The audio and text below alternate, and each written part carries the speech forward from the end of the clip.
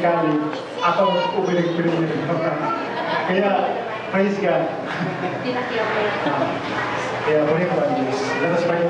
Father God, salamat Panginoon sa hapon ng Diyos na dulugan ang panahon ay ganda Panginoon. But Lord God, salamat sa iyong mga anak Panginoon na patuloy mo kami binigyan ng kalakasan, karunungan Panginoon na patuloy na mataas Panginoon. Lord, ayaw mo sa aming paglilingkod. Lord God, sa dalawang weekend, Lord, patuloy ka Panginoon kumilos sa kanyang buhay, sa kanyang Panginoon kalakasan. Lord, we pray sa ang dalawang ngayon, Panginoon God, na bawat sa Panginoon, na tuloy mo kami ng nagalatan ng mga puso.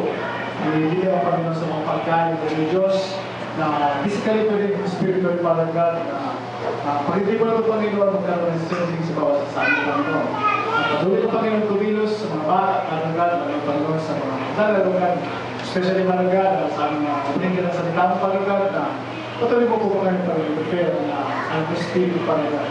At patuloy mo rin po gamitin